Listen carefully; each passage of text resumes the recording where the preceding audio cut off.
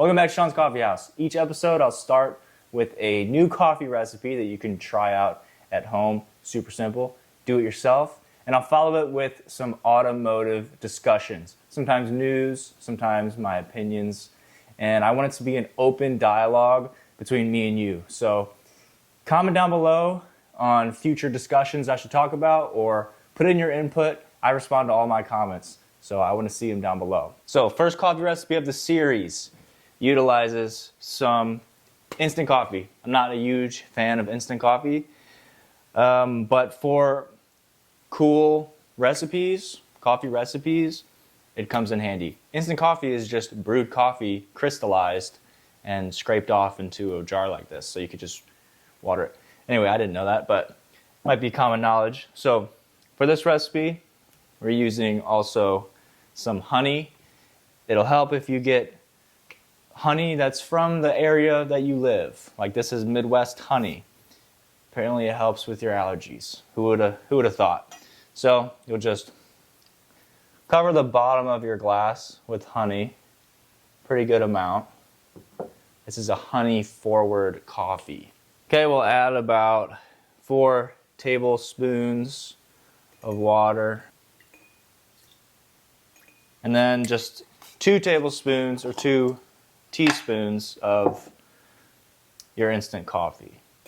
That's just a guess. I don't know how much that was. So now if you have one of these, guys, you'll just whip all this up and it pretty quickly foams up a lot.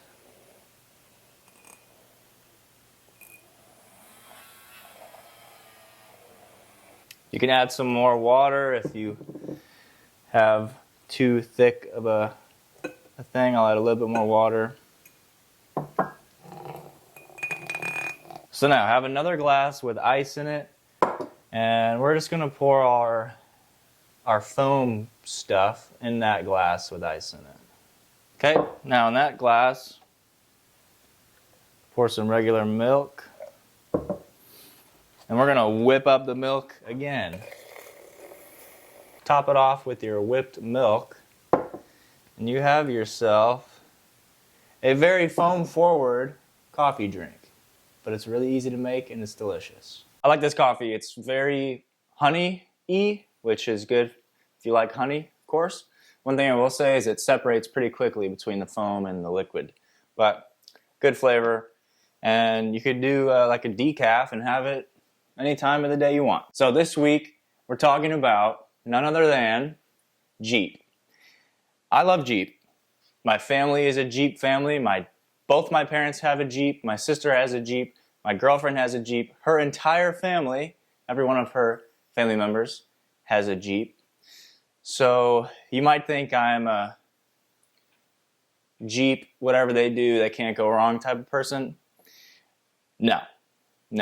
I'll be the first to say that Jeep, and more likely Stellantis at the top, is really going off course with what their brand represents. At least what it represented before in the past, and what a lot of people still think it represents, and that is freedom, capability, and utilitarianism. Like nearly every other car brand right now, Jeep is moving in the direction of oversized, overpriced, electric vehicles the size of buildings that will lose 50% of its value the moment you drive off the lot, and in 5 years you're probably going to need a battery replacement. There's a reason why Jeeps like the early 2000s Wrangler and the early 2000s Cherokee still hold their value. It's because they are simple, they are capable, and they are very reliable. That's the case with most older vehicles, is that they're priced based on their reliability. An old Toyota Tacoma will still sell for 15 grand because of its reliability. The TJ Wrangler and the Cherokee XJ were quintessential Jeep. Simple, rugged, capable, reliable. A new Jeep Wrangler is a foot longer and nearly half a foot wider than the TJ. And comparing the old Cherokee to the new Cherokee, you can't even really do that because they're Completely different vehicles. The only thing that's the same really is the name. But besides the electric vehicles that Jeep is wasting its money on, the OG name products from Jeep, like the Grand Cherokee and the Wrangler, aren't really that far off in price as what they were if you were to buy them new in, let's say, 2005, which is when my Jeep is from. So the Jeep that I have right now would have sold for about $20,380 new in 2005, which in today's money is about $30,800. And that's very on par with what the new two-door Wranglers are selling for, base Wrangler, around 30 grand. The difference is that in 2005, you were buying a $30,000 Jeep that had crank windows and a manual transmission and a soft top, and a 4-liter motor that, even though it's super reliable and nearly bulletproof, it's sort of a slug. And in the new Jeep, you get more luxuries like a touchscreen, right? Or more efficient, more powerful V6 Pentastar engine, which is a pretty good engine and has proven itself from being in basically every vehicle Jeep offers. And it's not like Jeep is new into the luxury vehicle game. Back in the day, the Grand Cherokee or the Wagoneer, the Grand Wagoneer, those were luxury vehicles of the day, and those were also expensive, especially if you adjust it for inflation. You can't just say, well, Jeeps used to be 20 grand brand new, but 20 grand is basically 30 grand today, so they are actually pretty similar. Plus, the Grand Cherokee is continuing to be one of the best looking vehicles on the road. Even from the beginning, the first generation Grand Cherokee was a good looking SUV.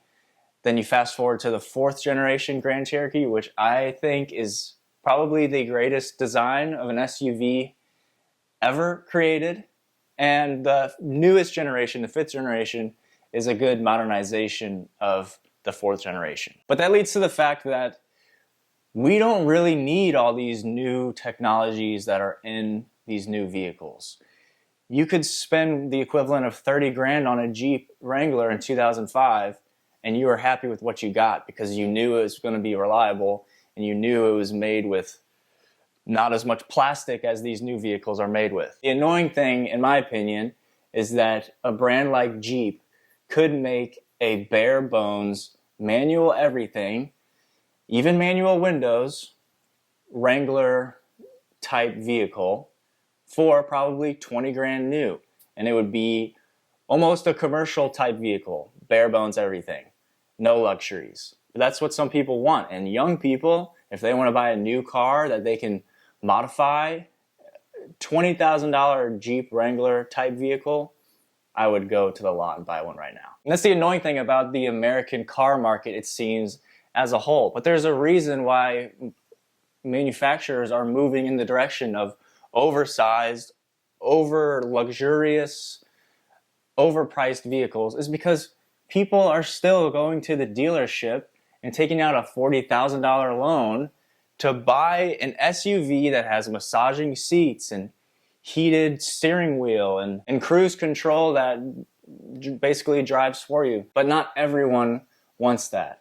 It seems like a lot of people are falling into that trap, but there are hundreds of thousands of people like myself who would be happy to go to a dealership and buy a brand new car that still has crank windows and a manual transmission and minimal sound deadening or carpeting on the inside. And it's not like it's not possible, because Toyota is doing it with their 70 series Land Cruiser, but they're not selling it in the US. I'm here to say, and let me know in the comments if you agree, Americans could use a very simple, affordable, off-road vehicle with solid axles and a harsh ride, but it would be worth it because it'd be reliable and easy to work on. So maybe this one was a little more of a rant, and I started off strong, kind of saying that Jeep is going the wrong direction, but there are some things that they're doing right. I think they're keeping the base Wrangler simple and somewhat affordable. It just seems like they could make an option that's even cheaper than a Wrangler,